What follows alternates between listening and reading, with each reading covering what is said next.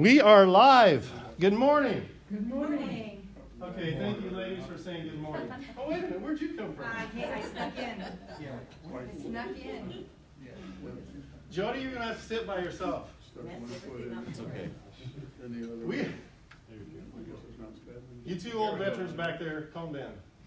Welcome to Wellness for Warriors. So we'll edit this out, Tom. Oh my goodness. I'm glad you all came because this is kind of a cold, snowy, well, it's funny. Yesterday, I go to MSU, I'm pursuing my master's, right? And yesterday I get this tweet saying, school has been canceled. And I'm looking outside and I'm like, why? And then nothing really happened all day, you know. But I do know some of the northern areas kind of got more. Tom, you live north. Did you get more? Probably got a couple inches of snow and Yeah. some ice under it. Yeah, so. The ice was worse than the snow.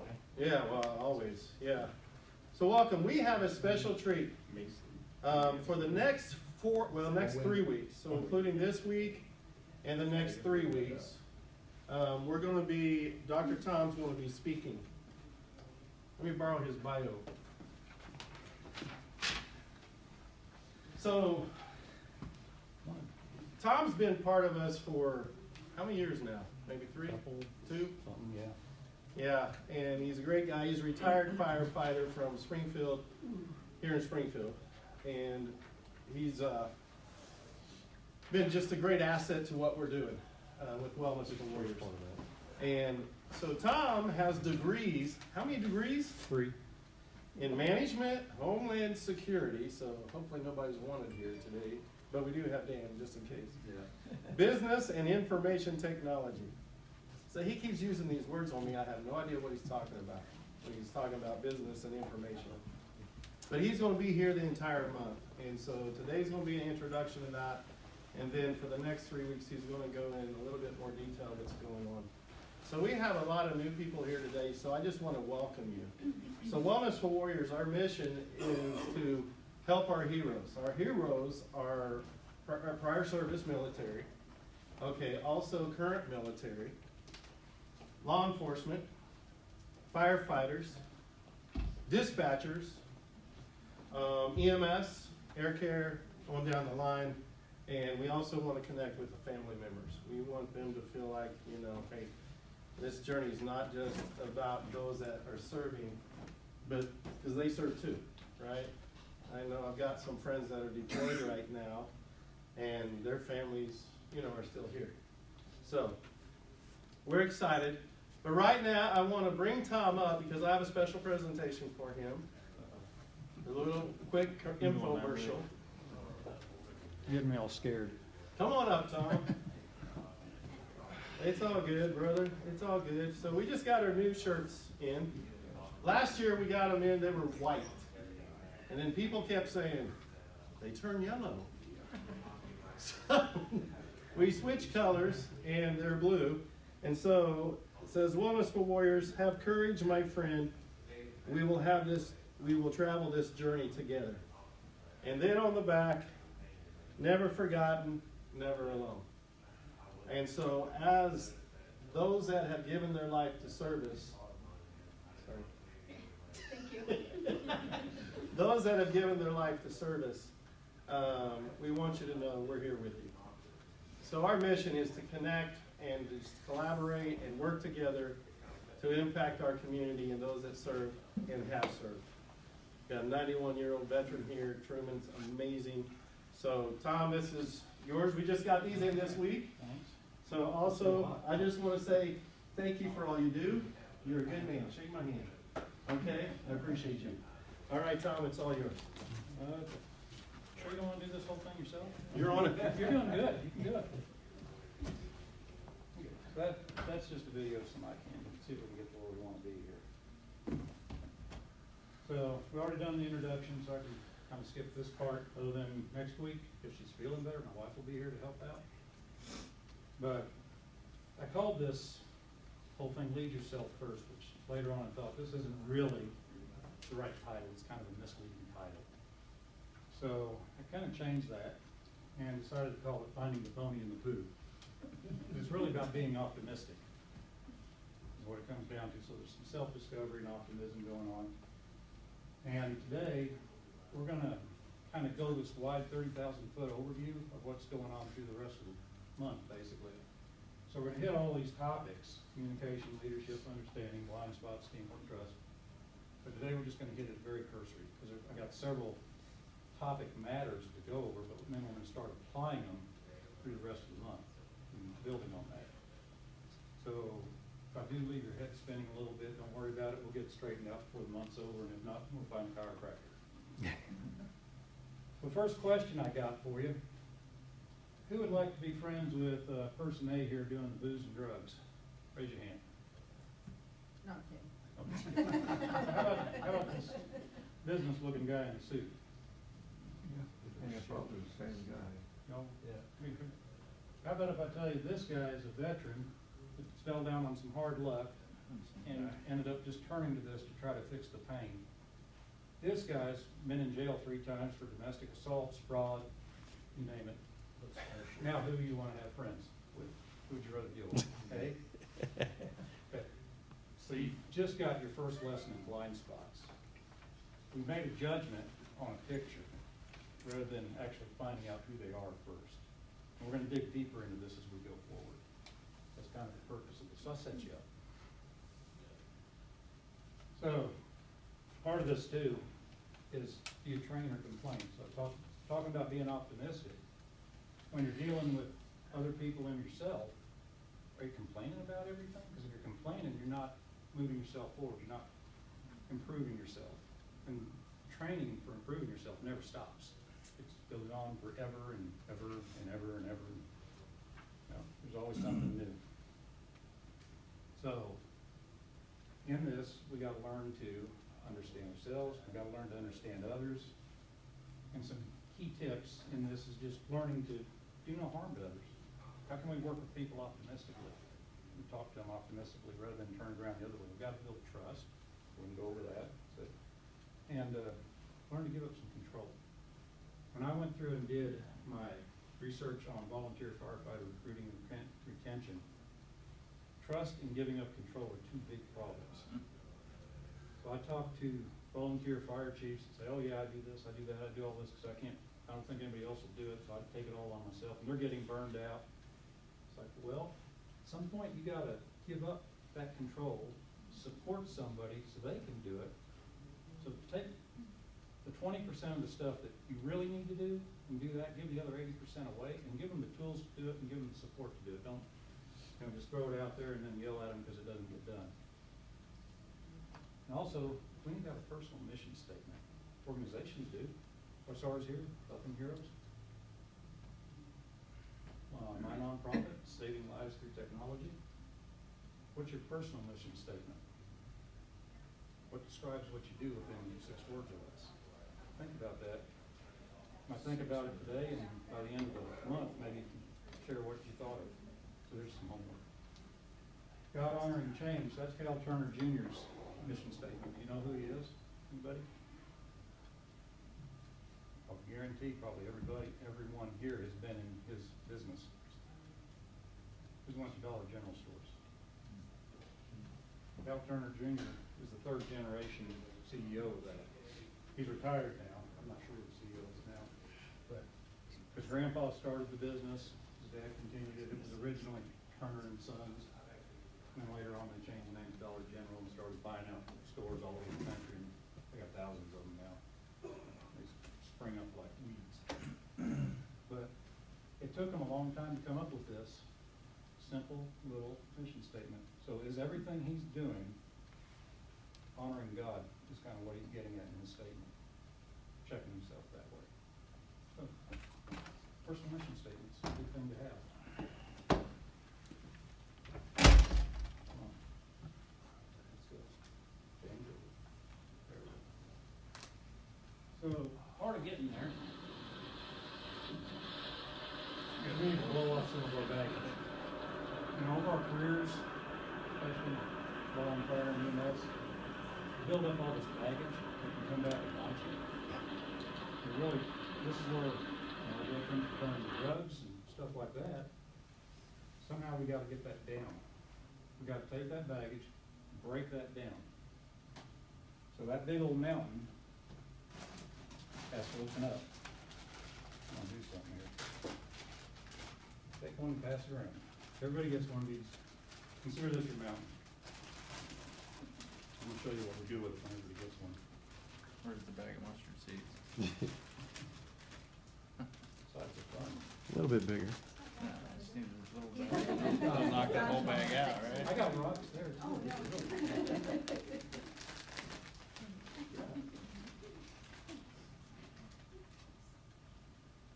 By the way, if you don't like this presentation, you can show your protest by leaving $50 on the table. If you like it, you can show that you like it by leaving $20 on the table. I'll count the 50s and 20s on the one minute.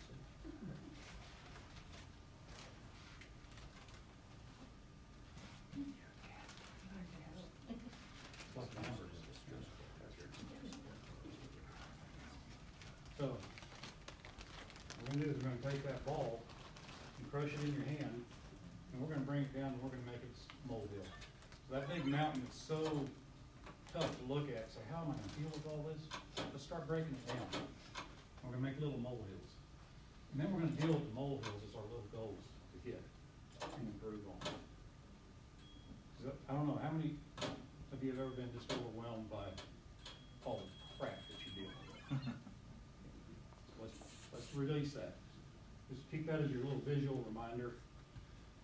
When you get overwhelmed, just know you can break it down.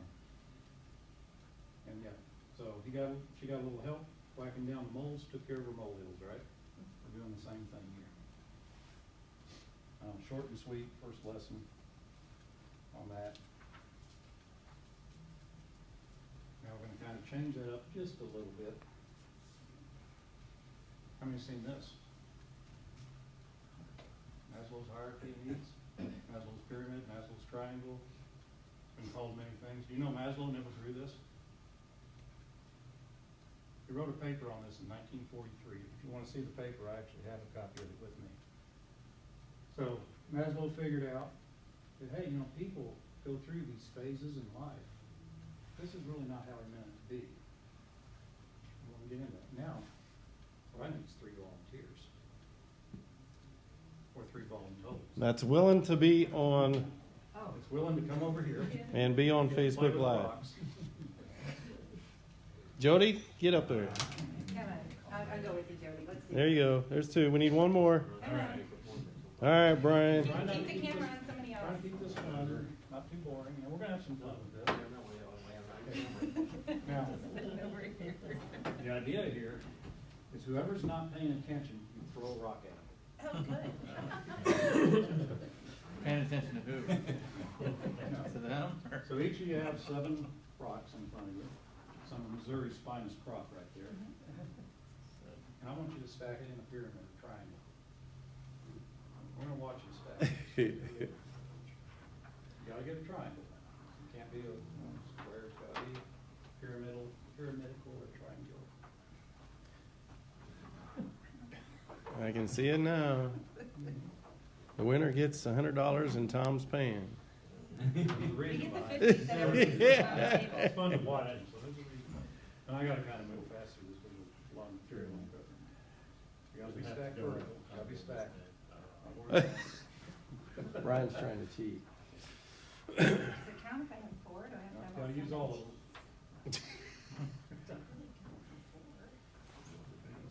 It's tough, isn't it? Get them all to stack up there and stay up there by themselves, isn't it? It is when they keep up with you. And what happens? You start over a few times, right? You start, doing some starting over.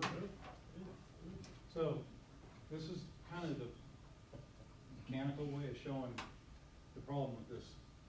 Like I said, Maslow never drew this. He created all these topics in his research. He done some great research and actually died early. He didn't really finish all his research he was doing. But really, it needs to look more like this. Maslow's circle of needs. And why? Because as you've just seen, if you're trying to stack this, you'll start down here in your physiological needs, that's food, shelter, and clothing. and maybe you'll get most of the way through that, but then you're gonna jump over here and worry a little more about your safety needs, your love and belonging with people, you'll work up towards your esteem, but at points, you're gonna slide right back down into some of these. So one of them is not totally done before you're in the next one, and that's what we're trying to demonstrate here. You have to restart. Come up. So, what this is good to kind of show you, if you're not familiar with Maslow, is if you're dealing with a person that's primarily down here in physiological needs, and you're talking to them about, hey, let's, go to the movies and party and all that, they're worried about where they're gonna live the next day. They're not really gonna be too receptive to you. So we need to know how to read people a little bit and understand them, and kind of where they're at in this whole thing, so you can connect with them on their level. That's the more important part. And we're gonna get, on week 4, we're gonna get a lot more into how this applies to other people. So, I'm gonna change something up on you too while you're here. You can put those rocks down there. That'll be welcome. I'm gonna move those in. So, I want y'all to come on these 3 chairs. I didn't steal a table from Subway. That's why I want a table. I understand. And why don't y'all stack those in a pyramid Together, teamwork? together?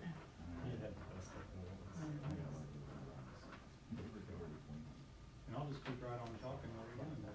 Hey, Tom, No? in the circles, Mhm. okay, when I was in school, and when my training, we had circles and it was interlocking. What, or do you have a slide, or are you gonna get to something like that, where like belonging, safety, and they all interlock, and one is like the main, and then the other one's interlocked, and then, But they all kind of lock in together to make their own. right, circle. and then, They've written there's, out all of them. is that something like you're getting to, or, Yeah, it's. okay, I so you just gotta- didn't know. You're gonna go through all of those phases in life, and you're gonna go through them multiple times. Yeah, like one is like the main, and then the other is like, it just sort of like, everything's interlocked in Yeah. one, and then stuff, is Yeah. that, okay, Yeah, so one of the arguments, actually back when I was in school, we debated on Maslow's pyramid.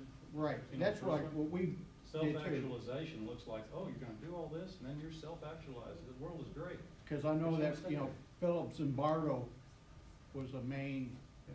guy back, when I was in school. And everybody went by his teachings, and today he's considered an outlaw. This guy, Maslow, was pretty much ostracized. Right, same thing Coming with up Philip. with his work, of the psychology community. But now they're looking at it again, and there was a study done just, I looked at it and I read it, seems like it was 2006, where another group took his research and went and studied current populations in different cultures, because there's also some argument that this is just for westernized culture. And their research confirmed his, and it doesn't matter what culture it's in. So, there's definite validity to his work. See, now as a team, they got it together pretty quick. How many times do you have to restart? None. So the point is here, helping each other walks them through this. So we're working with other people, and helping other people, we can help them through these phases. Thanks. You can throw those at people now if you want. The guy in the red. Now, they're gonna do the rest of the presentation. But did you have fun with it? Put a snow cap on it too. Should have brought in a box of mud maybe, too. Some kids always told me to stay out of mud. So, part of doing Maslow's hierarchy, and part of working with people, is learning a little bit about planning. And we've got about 3 slides on that. So to effectively change, to say, you need a clear roadmap, you need a plan. Can't just say, hey, I'm gonna change today, you gotta have some idea of where you're going, what's your end goal? How you setting that up? So we gotta know where we're at now, we gotta know where we wanna go, and we gotta be willing to fail in between. Why a lot of organizations, I'll pick on fire departments, why they don't change like they should. Is, hey, you know, why should we? This has worked for 100 years. Except that now we can do X more efficiently with this other equipment or with this other training, whatever it is. So we gotta be willing to move from our very comfortable zone. And this is something businesses struggle with all the time, is trying to get employees to accept all change, because they're very comfortable doing this job. Now we want them to do it just a little different, so we gotta get them uncomfortable. We're gonna be inefficient during that time. It may take us longer to do our work, because we're not used to doing it this other way. And then we're gonna get comfortable in this other way, and the cycle continues, and become more efficient. So then, once we've done that, we keep recycling this process over and over. So, if you know who Kurt Lewin is, another social scientist, his theory of freezing, unfreezing, freeze, refreeze, unfreeze, change, refreeze, get that right? Is a good, simple way to look at it. You're stuck in this pattern, you're gonna kind of make yourself fluid, make your changes, and then kind of firm that back up as you get comfortable with what you're doing. Because if the fire service wouldn't change, we'd still be back here, still be throwing leather buckets. And, you know, headed for the future. So that slide said, I forgot that was in there.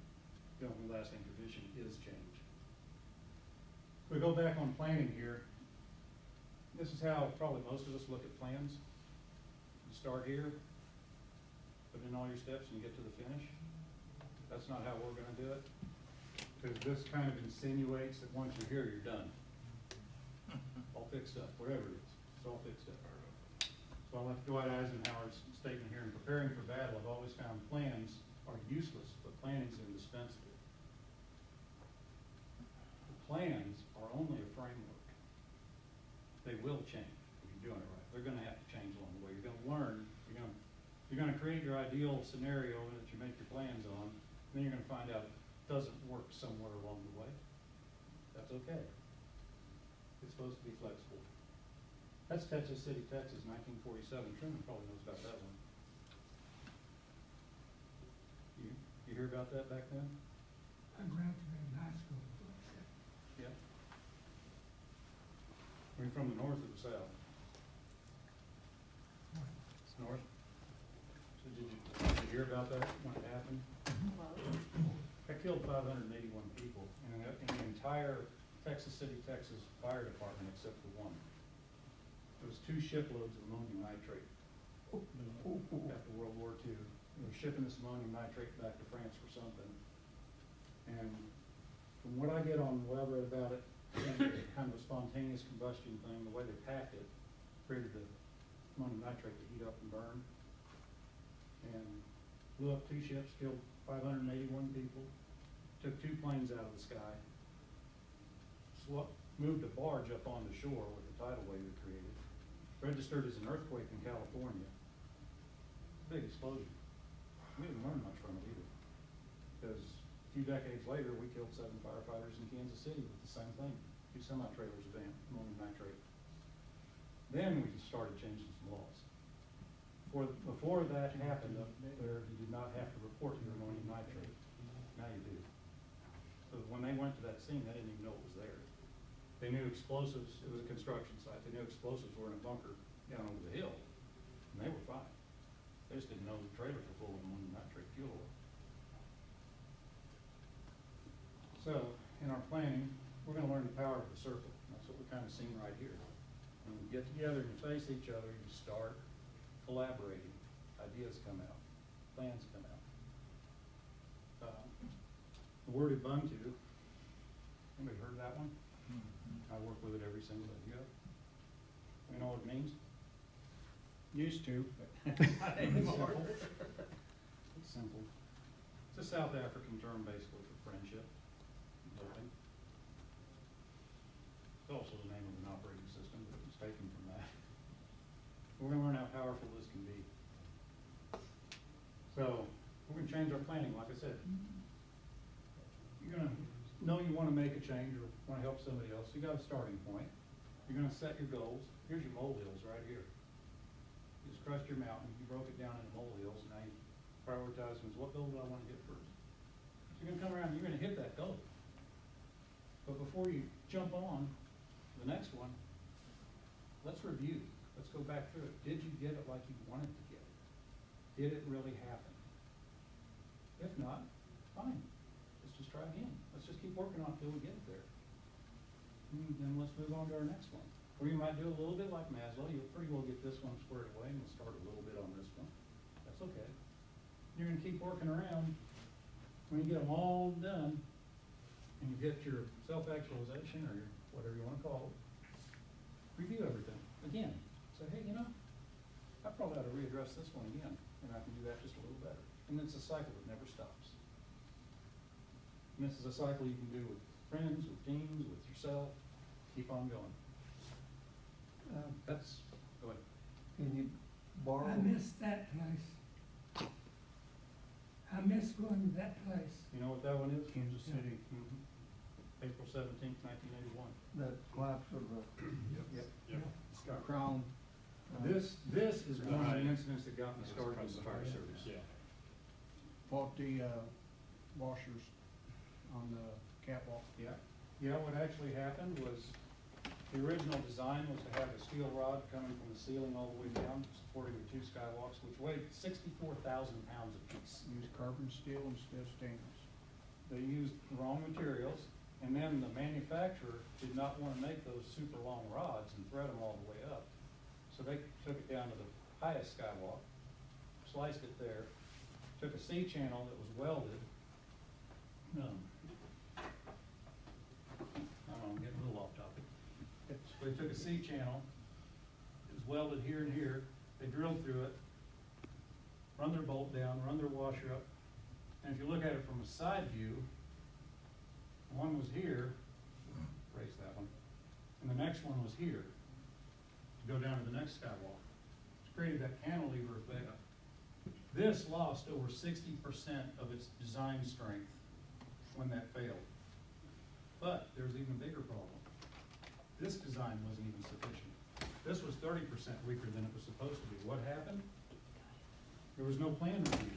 You wanna really get down to what happened. The engineers in the city didn't go back and review the plans and make sure that that was gonna be a solid structure, even before the modification.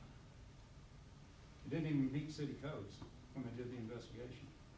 The original design did not meet city code. That's why it's important to keep reviewing. You're never done. You're always in a circle reviewing. And that killed 114 people, injured about 300 more. And actually, on the first fire department I worked on, a couple of guys I worked with were on this incident. And still, you know, okay. I remember it like it I was was gonna yesterday. He's got a question. Yep.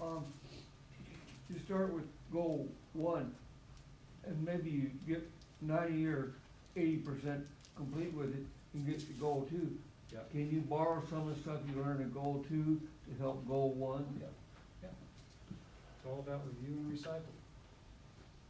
It's not hard steps. It's not hard fixed steps. Right. You're kind of ebbing and flowing through this. But you're improving the whole time because you're reviewing where you're at. Come on. Pick up on me. And it's not back in. So, okay.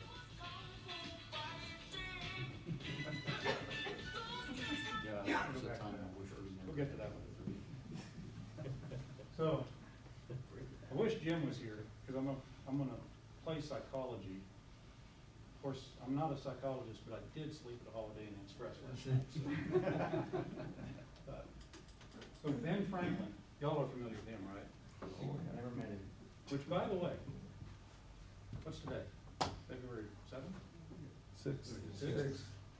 What was February 4th, 1735? Long time ago. Benjamin Franklin's birthday. Nope, but it did involve Ben Franklin. Boston people, or No. Anybody in the fire service should know this. Yeah, I'm looking up there. Because you may not have a job if it wasn't for this. That's when he wrote the article in his paper about creating the first organized fire department in the country. February 4th, 1735, 285 years ago. Were you there with him? Then well, Trina wasn't. Then a few years ago, or a few years after that, is when he created the first fire insurance company. And of course, then you got the Franklin stove, which he created for safety. And he's got a whole bunch of other stuff. Yeah, the first one. So, one of the things he did back then, he decided he wanted to improve himself. He didn't really like the way he was being with other people. So he did a lot of research and a lot of studying on the psychology of the day back then, and came up with these 13 key words. And he was going to focus on one every week until he gets through all 13, and then he'll recycle again, and keep recycling until it gets better and better and better at all this. So this is all in his own language, this is all word for word how he wrote it, not me. And this actually lines up with some of the current psychology literature today, if you look at it. I may not be an actual psychologist, I guess I can't really say that. So, his first one that was important to him was working on his temperance. Not to dullness, drink not to elevation. Basically be a calm, collected person, more or less, kind of what he's after. And, actually, I didn't pass them out yet, forgot. I got some handouts that appear on, I don't know, 4th or 5th page. This is word for word, his writing of all this and how he defines it.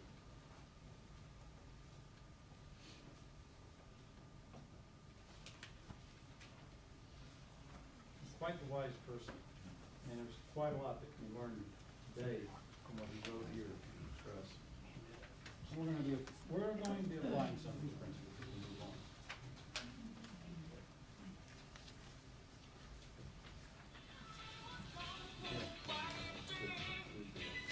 But you know who that is. Nobody can name that singer? Don't want to. Charles, that was an error, I wish that didn't take Yeah. place. It was 1973 or 4. Carl Douglas, yeah. So, but the point is, we're switching over to communications. Bad communications takes you in that direction. Next week, we're dealing more with communications. Poor communications leads to conflict and fighting. We're dealing with conflict. Good communications is going to lead to teamwork and connecting and improving. So, in the research I was doing with the volunteers, one of the things that I would ask about is the communications. And everybody looked at it without exception. Everybody looked at it from its mechanical point of view. Well, if we have trouble with radios or phones, nothing about personal. That we don't have the leadership that's really showing us where to go, what to do. It's all about machinery. So there's a lot of misunderstanding of what communications is. And here we're going to use it more as a verb. It's an action. It's the way we send messages and receive messages to each other. The medium in between is not what I'm worried about. It's how we say things. It's not what you say, it's how you say it. How do you take a bad situation and speak with it positively or optimistically? Now, you have to deal with that more than anybody, probably. So we're going to practice that a lot over the next couple of weeks. On that, proverb says, oh, a soft word, or a harsh word stirs anger, soft word brings compassion and understanding. We're going to get that. Where we can, So, and that's. we're going to learn a lot more about how to do speaking, how to get people's attention, how to work with them to move them forward, how to move ourselves forward, and all of that. So, this is just another side of communication. So this is radio communications here. Now, what I want to know from all of you while I'm sitting here talking, how many are trying to listen to that and not listen to me? Okay. I'm good at blocking it out. So what you're doing, that's why I put this on there like this, what you're doing is active listening. That's a big part of communication. That's probably 80% of it, is actively listen to what that person's saying. If nobody's ever seen the inside of a fire, this is really what you see. It's not like the movies, you know, where you get to walk through everything, and all that crap. This is what you see, or even worse, less. So you go in blind, and you're trying to find your way around, find where people are.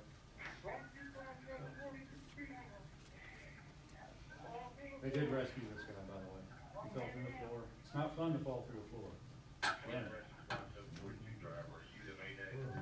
And actually up in Peculiar, here not too long ago, a firefighter got killed falling through the floor.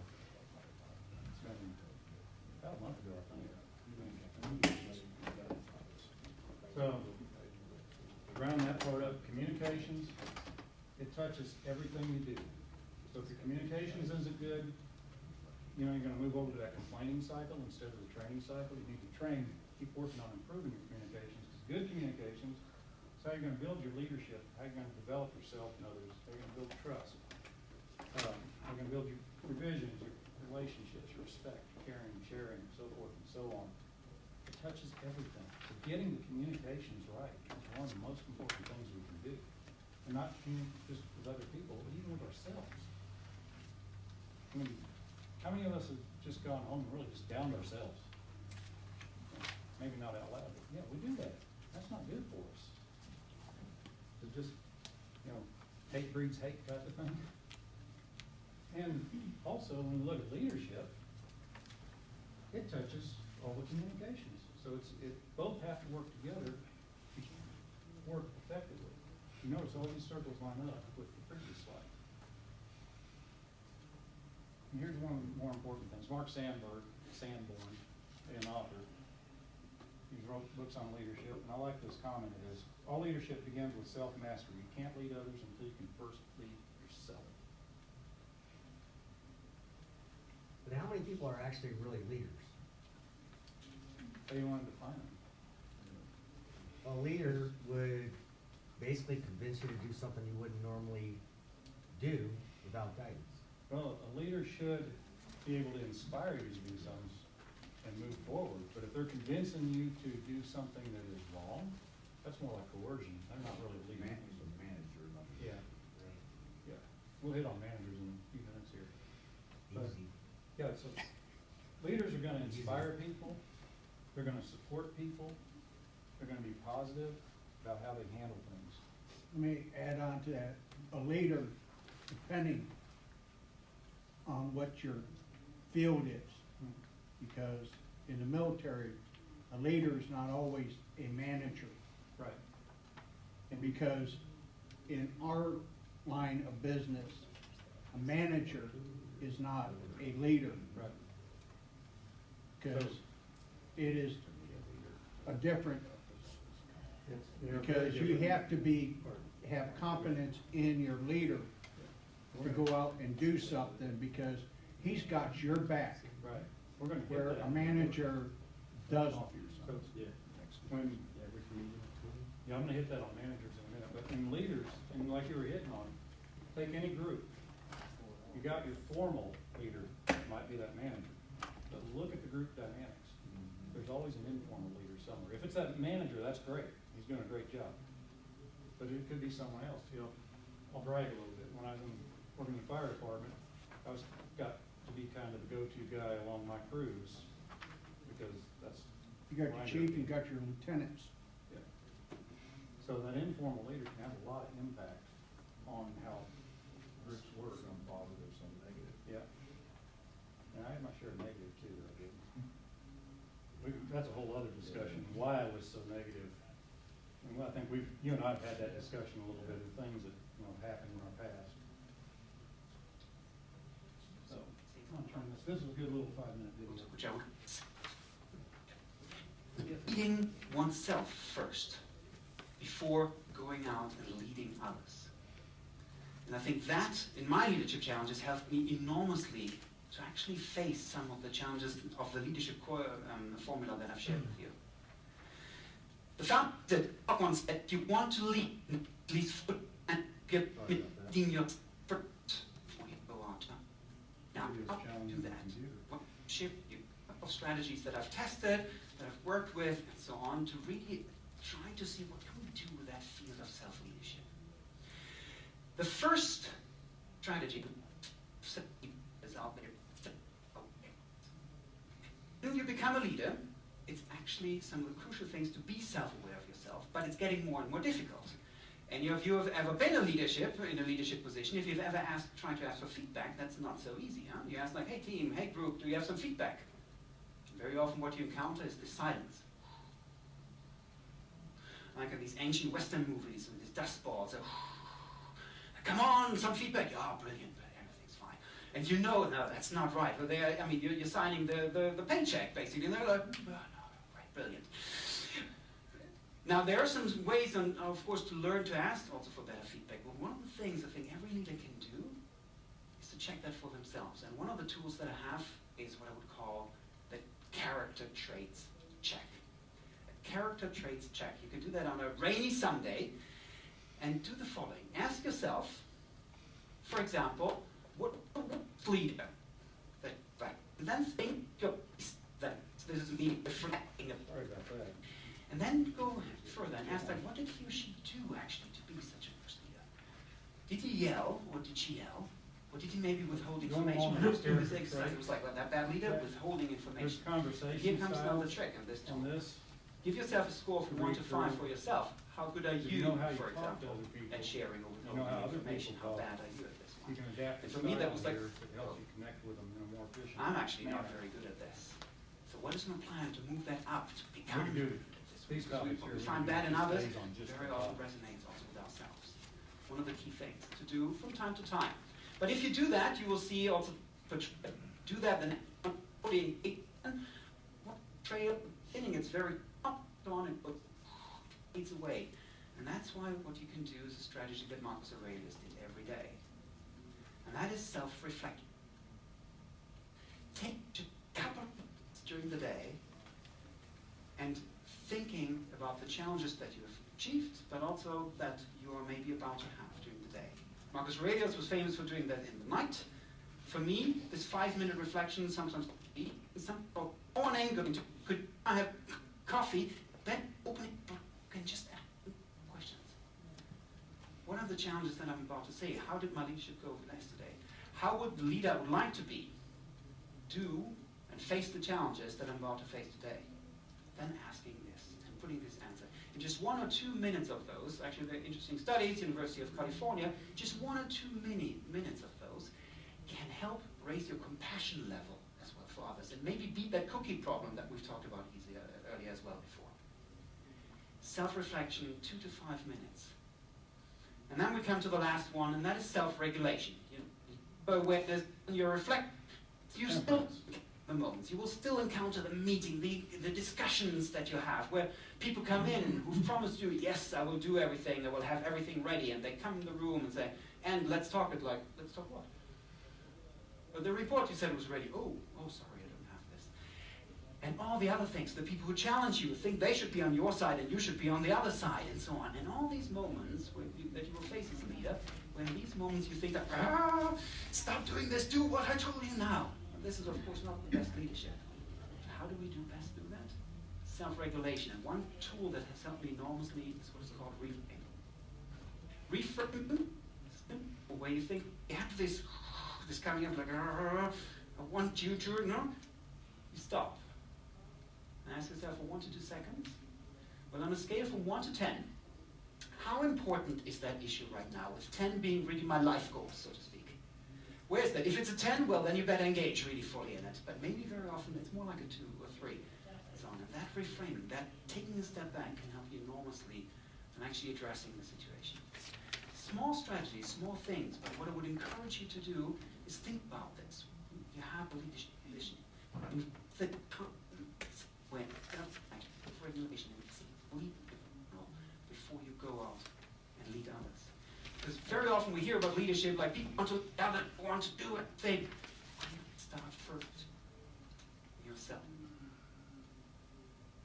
I think if we all did this, this will lead to leadership utopia that we can strive for. And I think we can start all by doing now. And hopefully if you all start doing now, and somebody asks in 10, 20 years, maybe in our utopia, the question, who was the best leader that you've ever worked with? And maybe they think of you. Thank you. So, you can line up exactly what he said back with Ben Franklin's virtues. And you're reviewing your stuff over and over. By the way, I didn't mention earlier, but I haven't picked on any specific leadership model. I don't know if you've studied leadership. There's thousands of leadership models out there. I don't pick on any model in particular because I don't know about you, but I've never woke up one morning and said, today I think I'll just be the Theory X leader. And Friday I think I'll just be laissez-faire. Yeah. I use elements from all of it and adapt. So I don't go to any one particular style. Isn't true leadership about being able to adapt to the situation? That's a big part of it. Yep.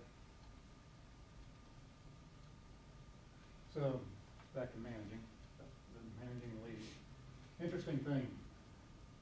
This guy is Scott Rudman. Is that how I pronounce his name? Rudman. Film director.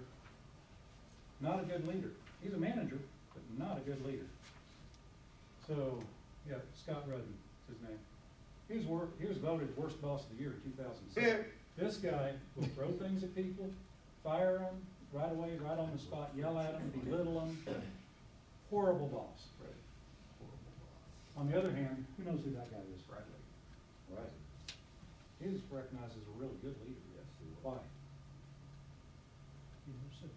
Hmm? He listened. I'm sorry. He listened. Listen. Well, he also led by example. Led by example. I mean, it was said he never gave an order without even saying please.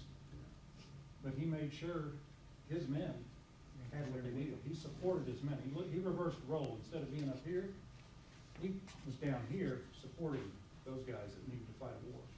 He was right by them. Set them up for success. Yeah. Now, I've not been able to confirm this, but I've been told, it's been said that his men would just follow him through the gates of hell without question. Right. Who did you say he was again? Omar Bradley. Born in northern Missouri, Yeah. Randolph County. Right. Boot him. Clark, Missouri. So, another Cal Turner Jr. quote, leadership exists when an organization overcomes having a boss or boss mentality. A boss only gets results, a manager. A leader gets development. That's what we want. We want to develop people, we want to develop ourselves. I mean, how many have worked for the bad manager? It's just a jacket. Never. Never happened. Me too. Dan used to be my boss. Yeah. I'm just kidding. What are you trying to say? Those guys kind of stand out in your mind, don't they? Think that, I don't want to. Kerry tries to boss me. So, let's see, we're on short time, I better move to the next one. So, some basic steps, and this is detailed out a little more in the notes I handed out. Clarifying your center, make time to reflect. Every day, take a few minutes. When I get up in the mornings, that's usually when I do my reflection. I'll go sit in my quiet room and just kind of meditate on whatever. Kind of get my thoughts in order for the day, take my time, and get ready for everything. Be able to reflect and recycle and review. Clarify what's possible. Set those goals.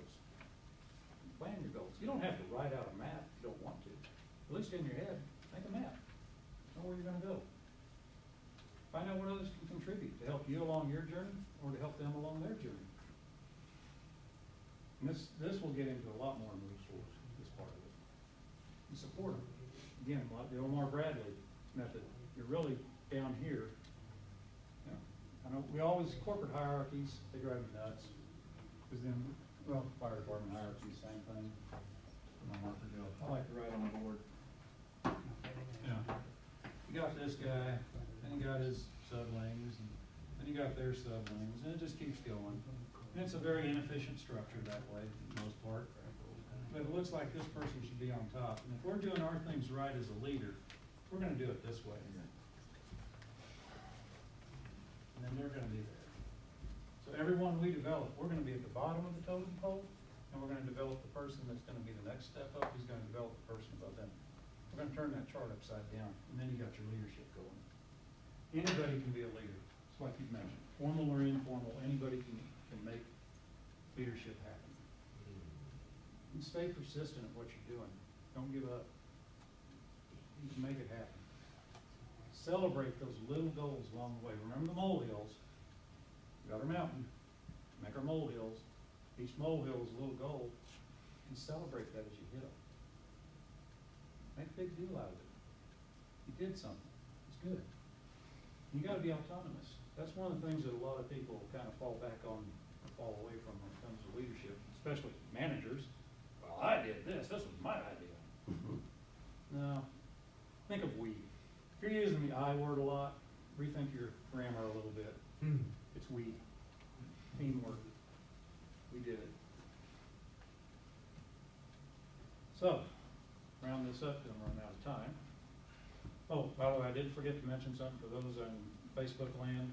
If you go to Global Rescue Systems, that's with an S on the end, .org, right-hand side of the page, you'll see a link called Lead Yourself First. You can go in there, you can download these notes that I handed out. So, some homework for you. This is on, well, not on your notes, it's on this. Pass those down.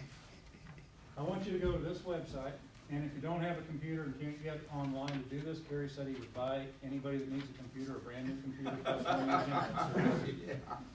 And there's no Baptist in Missouri. No. Okay, this is a link to a study being done through Penn State. It's an actual psychologists that are running this, but this is a great self-assessment tool. Go through it, it'll take you about 20 minutes to do it. It's totally anonymous, they don't ask your name, you can just, where it says name, they tell you just put in whatever you want just so you can identify yourself. They don't want your name, they don't collect any personal information. It's gonna ask you something to identify yourself with, are you male or female, and how old you are, I think is the only 3 questions that they ask on that demographically. You'll go through and answer a series of questions, takes about 20 minutes, and then it's gonna return you an 8-page report. I want you to read that whole report. Don't just look at the graphs that's on it. Read the report, read it a couple times, read it backwards, read it forwards. You will discover some things about yourself you did not know. And if you don't discover something about yourself you did not know, you're a lot further along than I am. But anybody that wants to share any of this in the next session, we can share a little bit of it and talk about it. But this is a start to self-improvement right here, because you're gonna find something out you didn't know. It's gonna open up at least one blind spot for you. The other assignment you have is Franklin's Virtues. So the last page of your notes is a copy of his chart that he made for himself. Now this was the week where he wanted to work on temperance. And what he would do is each day of the week, Sunday through Saturday here, or Monday through Sunday, however you want to define which is the first day of the week, what calendar year. If he fell down on a specific virtue on that day, he would make a mark here. And then he'd review that and say, hey, I didn't do so good on temperance on 4 days of this week. I need to really go back and review how I'm doing that and work on that. So this was part of his self-improvement technique, was logging his own little failures as he's seen them. So your assignment is do that for a week. And next week, we'll spend just a couple minutes and talk about that, see how you're doing. See if it changes anything you're thinking about on yourself. It's a good tool. And it's only 285 years old, or something around that time. So, you got your homework assignments, right? You're gonna get it all done, right? You're gonna come back next week, right? So next week, preview. In our work and personal lives, nothing is more satisfying and rewarding than conflict with our friends and coworkers. Or not. You didn't even have to apply, I built it in for you. That's awesome.